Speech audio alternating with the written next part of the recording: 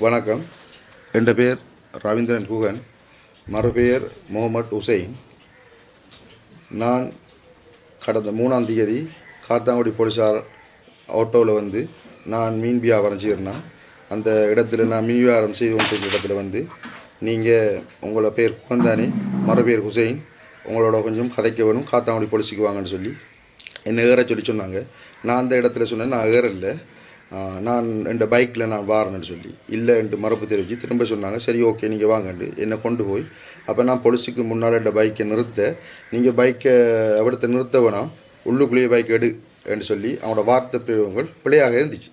இருந்தும் தயக்கத்துடன் நான் உள்ளுக்குள்ளே போன உடனே என்ன கிரைம் பிரான்ச் அந்த இடத்துல கொண்டு என் பைக்கை வைக்க சொல்லி போட்டு பாட்டாவையும் கழட்டி போட்டு வருங்காலோட எனக்கு உள்ளுக்குள்ளே எடுத்துகிறாங்க.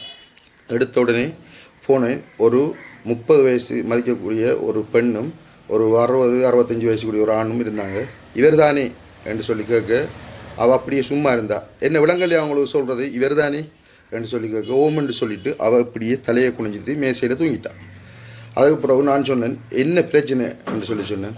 உனக்கு என்னத்துக்கு பிரச்சனை இல்லாமல் என்னது என்ன கொண்டு வந்தீங்கன்னு சொன்னதுக்கு பிறகு அவங்களோட கைவரிசை எனக்கு அடி என்றா எனக்கு சொல்ல முடியாது.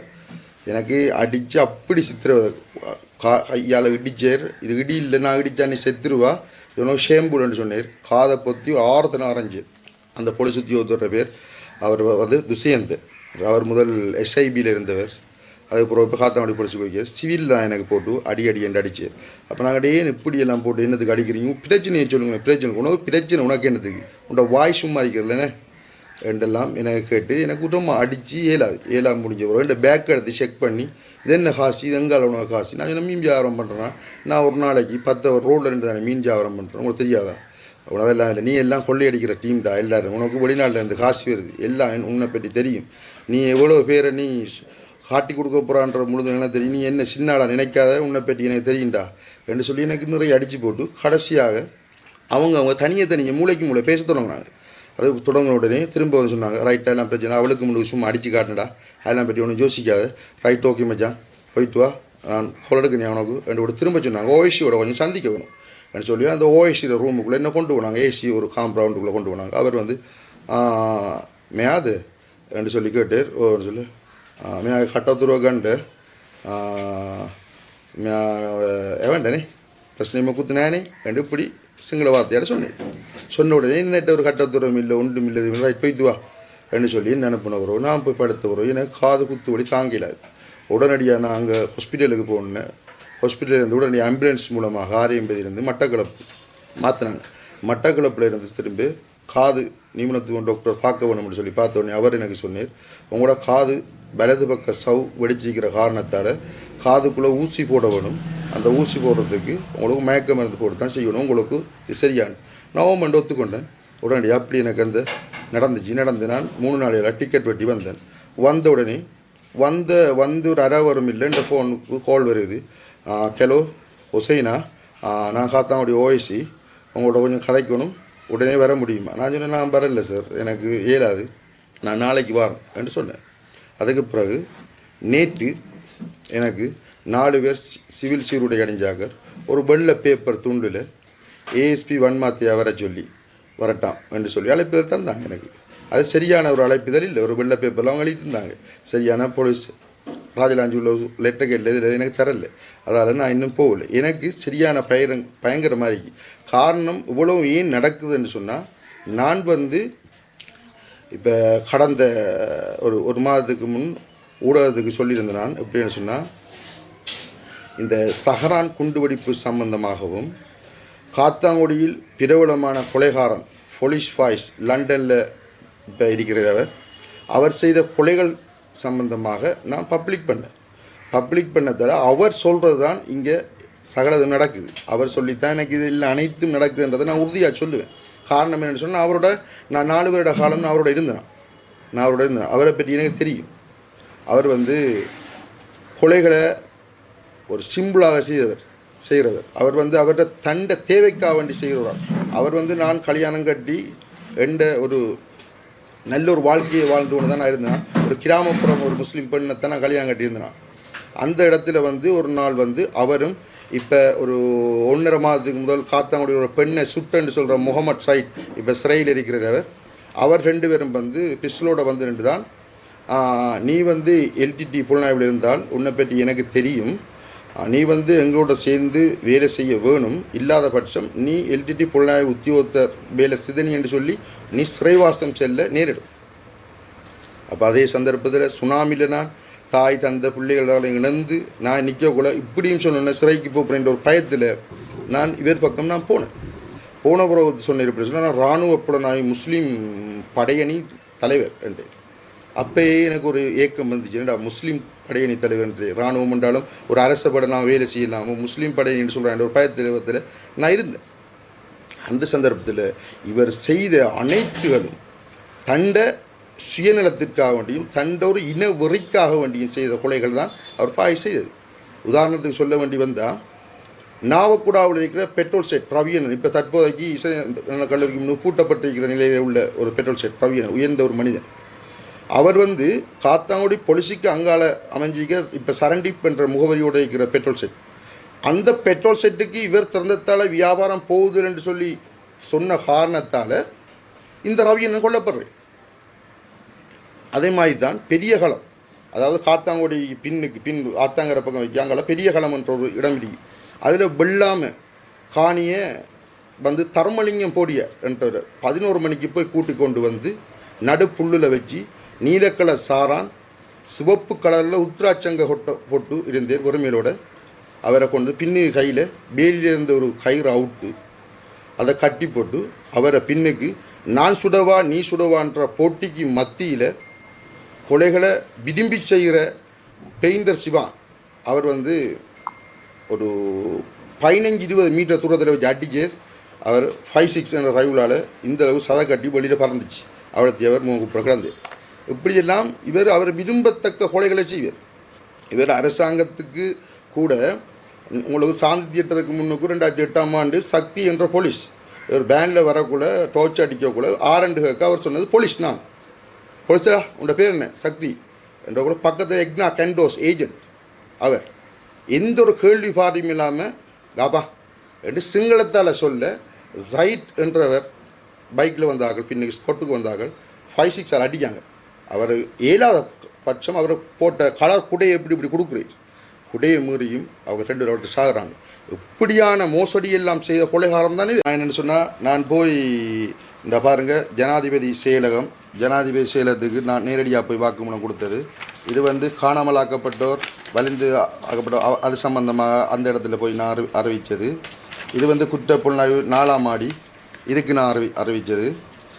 அடுத்தது மட்டக்களப்பு டிவிஷன் போலீஸாருக்கு அவங்களுக்கு நான் வாக்குமூலம் கொடுத்தது. டிஐடி கல்லடி ஆஃபீஸுக்கு எடுத்து அவங்க என்னோட பேசியது. ரஞ்சித்தாண்டை அவங்களுக்கு அனுப்பியது. யூஎன்னுக்கு சொன்னது, ஹியூமன் ரைட்ஸ், இப்படி எல்லா இடத்துலையும் எந்த வாக்குமூலத்தை நான் சரியாக கொடுத்துட்டேன். நான் பக்க சார்பற்று நான் எந்த சுயநலத்திற்காக நான் வேண்டி கொடுக்கல, நான் அனைத்தையும் கொடுத்தேன். அது நான் எனக்கு ஃபாய்ஸ்ன்ற ஒருவனோட எனக்கு ஒரு கோபம் இருந்தால் நான் அவரை மட்டும் தான் பேசுவேன். நான் வந்து காத்தாங்குடியில் வந்து இருக்கிற ஆயுதங்களை களைய வேணும் முதல் என்றதான் எந்த நோக்கம். 96 பேர்கிட்ட ஆயுதங்கள் இருக்குது. ஃபாயிஸ்ட்டை இருந்த கனகர ஆயுதமான அவர் ஸ்னேப்பர் இருந்தது, அவரை கோல்ட் கமாண்டர் பர்சனலாக இருந்தது. எங்கே அந்த ஆயுதங்கள் இப்போ ஆயுதங்கள் வச்சிக்கிறார்கள் இருக்கிறாங்க. இதுகளை வந்து நான் பப்ளிக்கில் எனக்கு சொல்ல முடியாது. உண்மையிலேயே இப்போ இந்த நாட்டில் வந்திருக்கிற ஜனாதிபதி உண்மையிலேயே ஒரு சிறந்த ஒரு ஜனாதிபதி.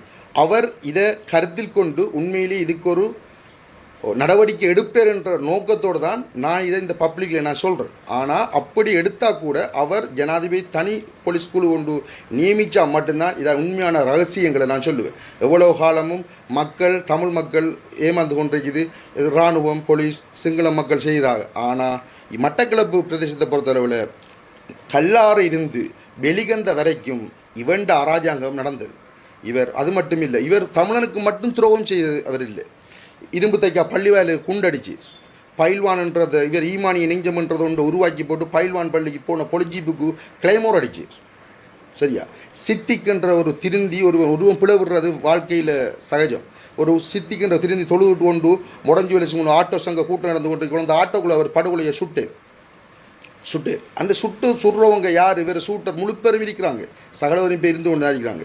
அடுத்தது கேணல் லெத்தி பண்ண ஓட்டமாவில் இங்கேருந்து போகிறாங்க, போய் அங்கே அவனை கொலை செய்கிறாங்க. எப்படி இவரை நான் சொல்ல வேண்டி வந்தால் நான் சொல்லிக்கொண்டே போகலாம் இவர் செய்த கொலைகளை. இவர் தமிழர்களுக்கு மட்டும் கை வைக்கல, இவர் முஸ்லீம்களுக்கும் கை வச்சவர் தான், சிங்கள மக்களுக்கும் கை வச்சவர் தான். இவர் பின்னுக்கு முன்னுக்கு விட்டு பின்னுக்கு சுட்டு போட்டு டிரைவில் கொண்டு விற்கிறாள் தான் அவர். இவர் அப்படி ஒரு பகிரங்கமான ஒரு மனிதர் அவர். அடுத்தது என்ன சொன்னால், ஃபாயிஸ் இன்னொரு விஷயத்தை ஒரு நாள் இவர் என்ன நான் ஒரு சின்ன ஃபோன் ஒன்று தான் நான் பாவிக்கிறேன். எனக்கு இந்த ஸ்மார்ட் ஃபோனுகள்லாம் என்னட்ட இல்லை.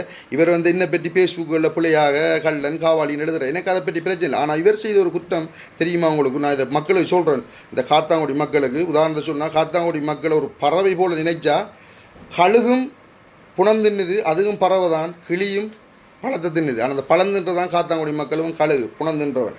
இவர் ஒரு பெண்ணை வற்புறுத்தி அந்த பிள்ளைக்கு கற்பம் கொடுத்து பிறந்து 2 ஹவரில் அந்த பிள்ளையை தூக்கி துவாயில் எடுத்துக்கொண்டு என்னட்ட கடல் அறிய சொன்னேன். ஆனால் அந்த பிள்ளையை நான் எறிஞ்சித்தேன் சொல்லி இன்றைக்கு நின்ற ஊரில் 16 வயசு நிரம்பிய பெண்ணாக அந்த பிள்ளை வாழுது. ஆனால் அந்த பிள்ளையை கொண்டு கொடுத்த ஆட்டோக்காரால் அந்த பிள்ளையை சுமந்து பாலடித்து கொடுத்த பெண் எல்லாரும் உயிரோடு இருக்கிறாங்க. அப்போ இவர் இப்படியாப்பட்டவர். இவர் இதெல்லாம் சொல்ல மாட்டார். அவர் இப்போ லண்டனில் இருந்தால் நல்லவர். இவர் இந்த ஊரில் செய்த அநியாயங்கள், அட்டுழியங்கள். இப்போ தான் காத்தாங்களோ ஒரு திருமணம் நடக்குதாம் என்று சொன்னால் 23ஆம் தேதி அந்த 23ஆம் தேதி திருமணம் நடக்கும். ஆனால் அவன் இருக்கக்குள்ள 23ஆம் தேதிண்டா அது அடுத்த வருடம் நடக்கையும் சந்தர்ப்பம். ஏன் அதை சொல்லி இதை சொல்லி நீ அவர் இந்த ஈமானிய நெஞ்சங்கள்ன்றதுக்குள்ளே நீ காசு வாங்கக்கூடாது, பந்தம் கொடுக்கக்கூடாது கூட, இப்படி நிறைய இவர் வேலை திட்டங்களை செய்து போட்டு தான் இப்போ இன்றைக்கு ஒழிச்சிருக்கார். ஆனால் இந்த அரசாங்கம் இந்த அரசாங்கத்தை நம்பி, இந்த ஜனாதிபதியை நம்பி நான் இப்படி பகிரங்கமாக சொல்கிறேன். இவரை ஒரு வழக்கு இவர் மேல் பதிவு செய்யப்பட்டால் 100 வழக்கு தொடர்றதுக்கு மக்கள் தயார் நிலையில் உள்ளனர். தமிழ், முஸ்லீம் எல்லா தரப்புலேருந்து இருக்குது. அடுத்தது நான் முக்கியமாக இந்த ஈஸ்டர் தாக்குதல் சம்மந்தமாக அப்படின்னு சொன்னால், 2018ஆம் ஆண்டே ஒரு பயான் ஒன்று நடக்கக்குள்ள நான் மட்டக்களப்பு போலீஸாருக்கும் மட்டக்களப்பு இராணுவ புலனாய்வு அந்த கிரவுண்ட், அதாவது முத்தவழி கிரவுண்டுக்கிட்ட இருக்கிற இராணுவ புலனாய்வு அந்த ஸ்டாப் ஒருவருக்கு நான் சொன்னேன், இப்படி இவங்களோட பயானுகள் ஐஎஸ் சம்மந்தப்பட்டதாக இருக்குது.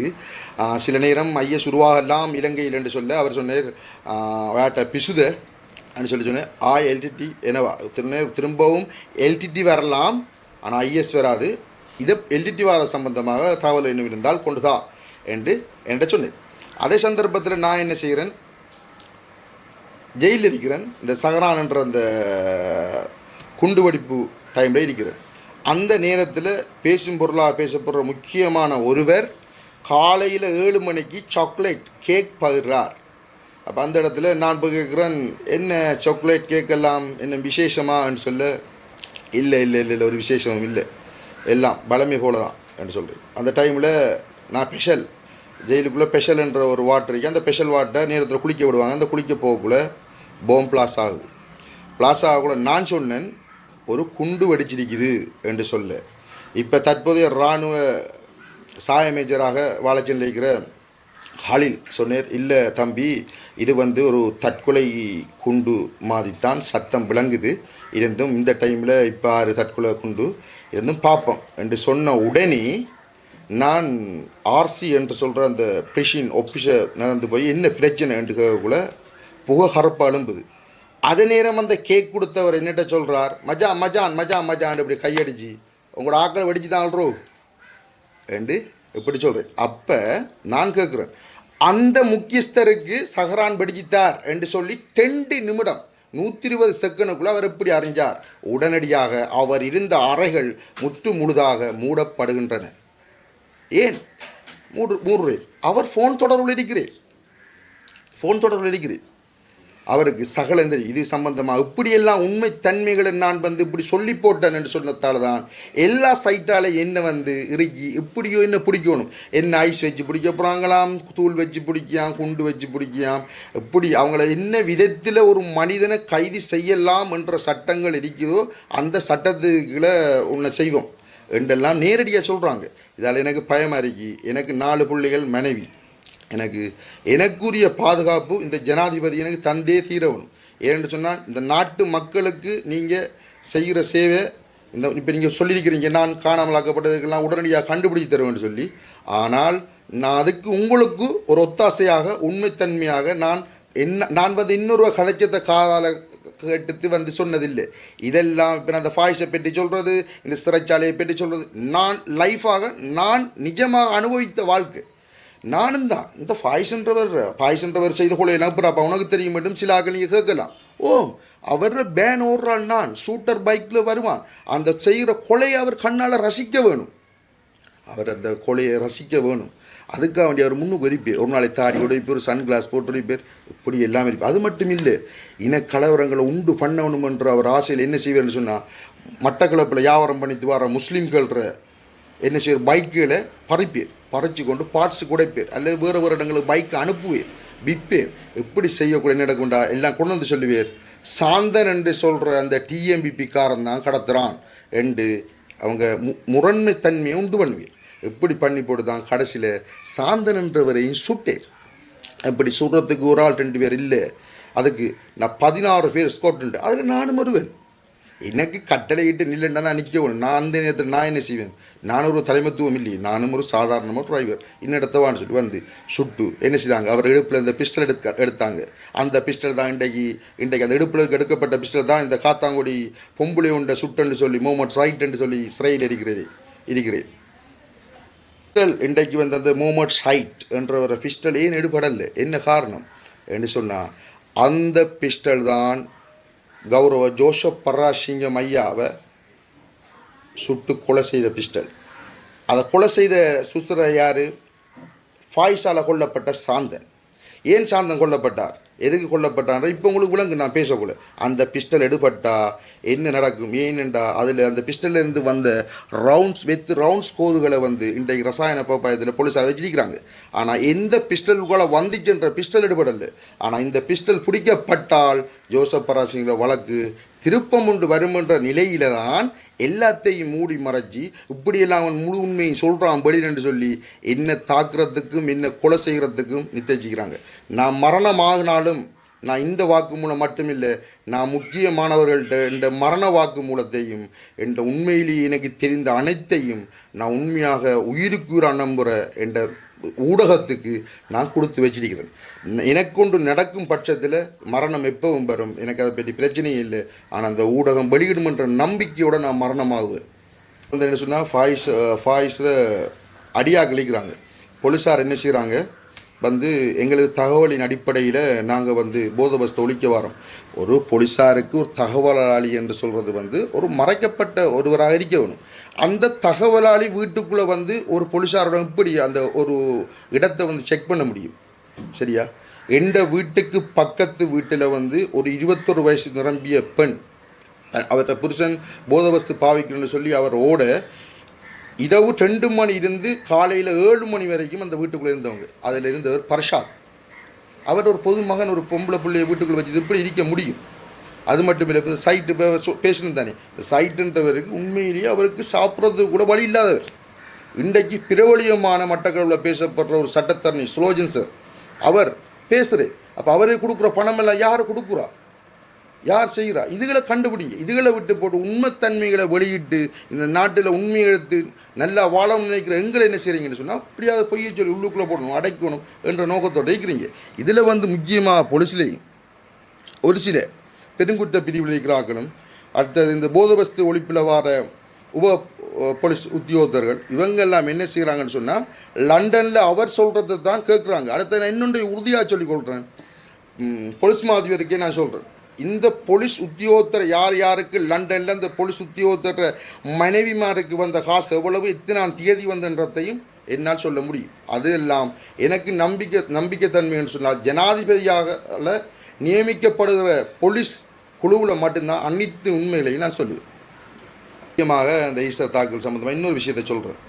இந்த ஈஸ்டர் தாக்குதல்ன்றது 2019 நடந்துச்சு. இந்த 2018 காலப்பகுதிக்குள்ளே வந்து அலியார் சந்தி என்றது, டீன் ரோட் அலியார் சந்தி என்ற அந்த இடத்துல ஒரு மீட்டிங் ஒன்று நடக்குது. அந்த மீட்டிங்கில் வந்து இரு சாராரும், அதாவது ரஹூப் மௌலவி என்ற சாராரும் சஹரான் சாராருக்கு இடையில் 2 பேருக்கும் சண்டை வருது. அந்த நேரத்தில் இவங்க இரு சாராரும் பெட்ரோல் குண்டு வீச்சுகளில் இவங்க 2 பேரும் மாறி மாறி செய்தாங்க. அந்த சந்தர்ப்பத்தில் சஹராண்ட தம்பி மௌலவி ஜைனி, அவர வாப்பா குமாயும், இப்படி குறிப்பிட்ட ஒரு 7-8 பேர் வந்து சிறைவாசம் வராங்க.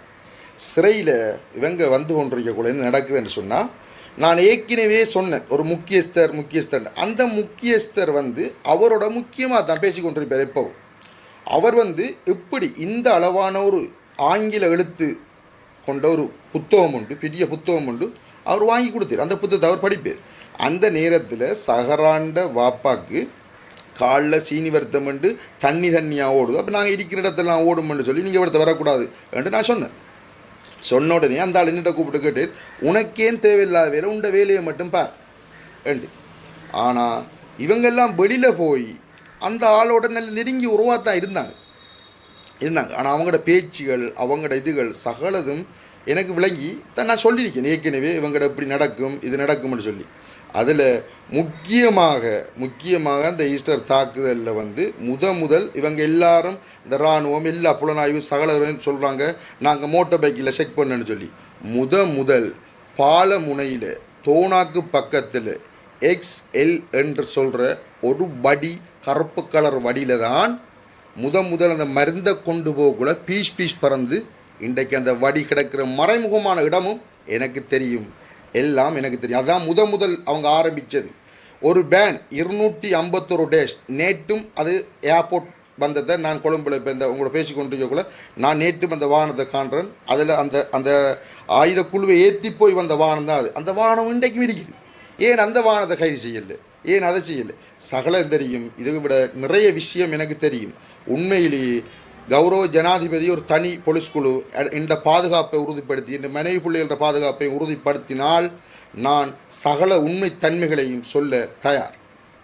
இப்போ நான் வந்து இப்போ நினைக்கிறேன் எப்படின்னு சொன்னால், நான் வந்து 8ஆம் மாதம் 13ஆம் தேதி கொழும்புக்கு போய் ஜனாதிபதி செயலகம், human rights, UN, CID, TID, ரஞ்சித்தாண்டை இப்படியாப்பட்ட முக்கியமான இடங்கள் மூலமாக நான் வாக்குமூலங்களை கொடுத்துப்பட்டு வந்தேன். வந்ததுக்கு அப்புறம் என்ன நடந்தது என்று சொன்னால், உடனே இங்கே வந்த உடனே என்ன செய்தாங்கன்னு சொன்னால், மட்டக்களப்பு சீனியர் DIG இதால் விசாரணைன்னு சொல்லி வந்து என்ன சரியாக விசாரித்தாங்க. என்ன நடந்த எப்படி, என்ன நடந்த ஒரு கொலைகள் எப்படி என்று சொல்லி நான் ஒரு ஃபாய் சம்பந்தமாக சகலத்தின் உண்மையிலே நான் சொன்னேன். அதே மாதிரி கௌரவமாக TID ஆஃபீஸுக்கு வர சொல்லி என்ன கூப்பிட்டாங்க. போனேன். அங்கேயும் மரியாதை என்னட்ட என்ன நடந்தது இது நடந்தது சொல்லி கேட்டாங்க. அங்கேயும் சரியாக என்ன மரியாதை நடத்தினாங்க. அங்கேயும் நான் நடந்த உண்மையை அங்கே சொன்னதை தான் நான் அங்கேயும் சொன்னேன். அதே மாதிரி நான் நினைக்கிறேன் எப்படி சொன்னால், இந்த காத்தாங்குடி போலீஸ் வந்து என்ன இப்படி பொய்யாக சொல்லி கொண்டு வர்றது, ஃபாயிஸில் அடியாக்கள் தானே அந்த காத்தாங்குடி போலீஸில் வந்து இன்ஃபார்மராக இருக்கிறார்கள். அந்த இன்ஃபார்மராக இப்போ இந்த ஃபரிஷாத் என்றால், இந்த ஷிபான் என்றால், இந்த ரமேஷ் என்றால், ஏற்கனவே இந்த சைட் என்று சுடுபட்ட உடனே அவங்க எல்லாம் ஒத்து சொல்லியிருக்கிறாங்க அதை கிரியேட் பண்ணுறதுக்கு. அவர் ஹுசைன்ட நம்பரை கேட்டு தெரிஞ்சானே என்று சொல்லி, ஏன் என்னையும் இந்த வழக்கில் போட்டு உள்ளே போடணும், என்ன காரணம், நான் கொழும்புல அப்படி நான் சொல்லிவிட்டு வந்துட்டேன், இவங்களுக்கு இனி முடியாது, வாழ முடியாது. ஏன்டா பாய்ஸில் அடியாக்கள் இருக்கிறாங்களே, 17 பேர் ஆக்கள் இருக்கிறாங்க. அதில் முக்கியமான சூட்டர் 3 பேர் இருக்கிறாங்க. இவங்க அடுத்த 1000 இருக்கு. அவங்க ஒரு வாட்டை இப்போ சிவானன்றவர் வந்து இராணுவத்தில் வேலை செய்கிறேன், அங்கே வேலை செய்கிறேன், MLDயில் வேலை செய்கிறேன் எல்லாம் அவர் பொய்யை சொல்லி தெரிகிறேன். அவர்கிட்ட ஒரு MLD பிஸ்டல் ஒன்று இருக்கு, ஒரு 5.6 இருக்கு. அது சமுர்த்தி நவாஸ்ன்னு சொல்லி பிரபலியமான அவரும் ஒரு ஆள். அவர் என்னத்துக்கு டிஎஸ் பள்ளியில் வந்து அவங்க சுட்டாங்க. என்னதுக்கு டிஎஸ் பள்ளின்றதை சுட்ட ஏற்கனவே நான் பார்க்கணும்னு சொல்லி, டிஎஸ் பள்ளின்றவர் வந்து அன்றைய சுனாமி வீட்டு திட்டம், சுனாமி வீட்டு திட்டத்தை கண்ட்ராக்ட் எனக்கு தரணும்னு சொல்லி தற்போது முன்னாள் சேர்மன் அஸ்வர் கேட்டதுக்கு அவன் இனி என்ன செய்கிறன்றதில் அவருக்கு கண்ட்ராக்டை கொடுத்தா, இவங்க என்ன செய்தாங்க, அத்திவாரத்தை போட்டோன்னு டிஎஸ் விசிட் பண்ணி ஒரு கம்பியை கொண்டு குத்துனா, இந்தியாவில் குத்துற அத்திவாரம் அங்கால பக்கம் வந்துச்சு கம்பி. உடனே சொல்லி கண்ட்ராக்ட் கேன்சல், மக்களுக்கு இப்படி செய்ய முடியாது என்று சொன்ன உடனே இவர் என்ன செய்ய, இவர் ஒரு ஆயுத குழுவான ஒருவர் தானே, ஃபாயிஸ்ட் அடியார். இவரும் அந்த ஜிஹாத் முஸ்லீம் படையணி என்ற படையணியில் யூனிஃபார்ம் போட்டு துவக்கூட வந்தவர், எனக்கு பின்னுக்கு வந்தவர் இவர் வந்தவர். அவர் என்ன செய்யார், உடனடியாக இவனை கொல்லணுன்ற முடிவெடுக்கிறாங்க. உடனடியாக என்ன நடக்குது, ஜைட் ஆயுதத்துறை வாரேர், ஏத்தி நவாஸ் வாரேர் போகிறாங்க, சொல்கிறாங்க. அவர் நட்பட்டுமன பழிலையா அவர் மரணத்தை தழுவுறையர். இவங்க என்ன செய்கிறாங்க, போன உடனே ஜைட்ன்றவனுக்கு வெளிநாடுகளுக்கு போகக்கூடிய அவனுக்கு அப்படி அவனை புத்தி அறிவே இல்லை, இவனுக்கு கொலை செய்ய மாட்டே தான் தெரியும். ஆனால் நவாஸ்ன்றவன் தந்திரமானால் அவர் வந்து சமுர்த்தி, அவன் என்ன செய்தான், ரைட் நான் இப்படிலாம் செய்தேன் இருக்கலாது என்று சொன்ன உடனே அஸ்வர் அவர் ஒரு அரசியல்வாதித்தை பேசி அவரை கொரியாவுக்கு அனுப்புகிறாங்க. அவர் கொரியாவிலிருந்து உழைச்சி அவர் வந்து இப்போ வந்திருக்கிறார். என்ன செய்கிறார், இப்போ இந்த காசை கொடுத்து அந்த போலீஸ் உத்தியோகத்தர் இந்த போலீஸ் உத்தியோகத்தரை கொடுத்து என்ன போல ஆக்களை காட்டி கொடுக்குறேன், இவரை பிடிச்சி உள்ளே போடுங்க, அவரை பிடிச்சி உள்ளே போடுங்க. இதுதான் நடக்குது.